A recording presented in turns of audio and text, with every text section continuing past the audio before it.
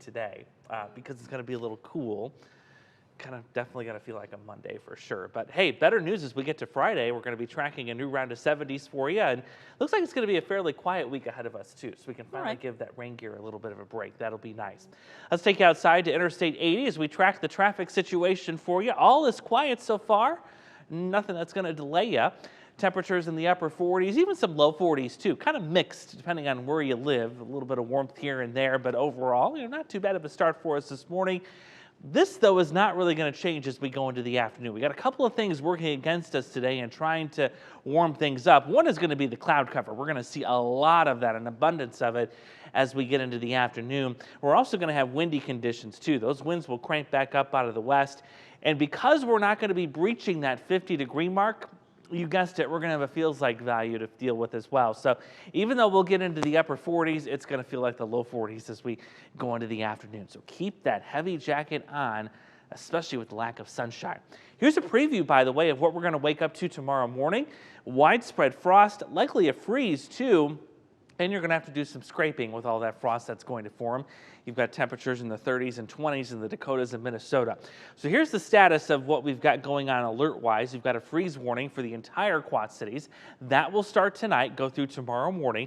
Further south, you've got a frost advisory. So all of us, we're going to have to do the old classic plant shuffle again if you've got those outside. Anything that's bloomed, by the way, that you want to save for a couple of more weeks or days, you're going to want to cover that up. Here's who's likely going to see that killing freeze. That's in blue, right along the US 20 corridor. All of us will see a frost, and that's exactly why we have a freeze warning. Because of the widespread nature of that frost, it could become very thick and actually cause some great harm to some of those early bloomers. So we're going up to 48 degrees today, increasing clouds, windy and much cooler.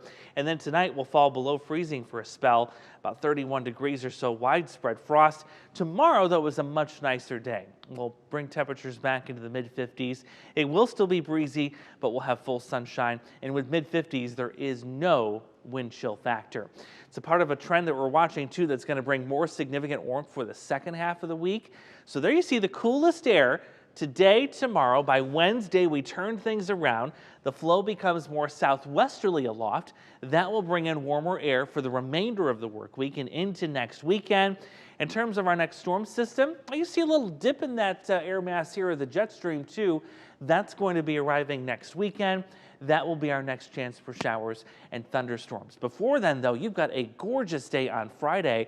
If we can increase the sun a little bit more, we could push that high further into the 70s. But with mostly cloudy skies, I'm going to kind of keep that tame for now.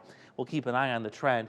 Let's go into the weekend. I know it's Monday, but we need a little motivation, right? Let's track what's going to happen next weekend so we can already start planning that for you. Your weekend's best will be Saturday, despite some scattered storms. Those will be later in the day. I think you'll have many dry hours earlier than that. Windy and warm with highs in the mid-60s. By Sunday, this is the one where I see not only more clouds, but also more hours that are going to be filled with showers. So make outdoor plans for Saturday as you look ahead into next weekend. Not a lot of cool air behind that system, so that's why I'm not concerned about severe weather, but certainly looks like we're going to have a couple of storms to track as we get into the upcoming weekend.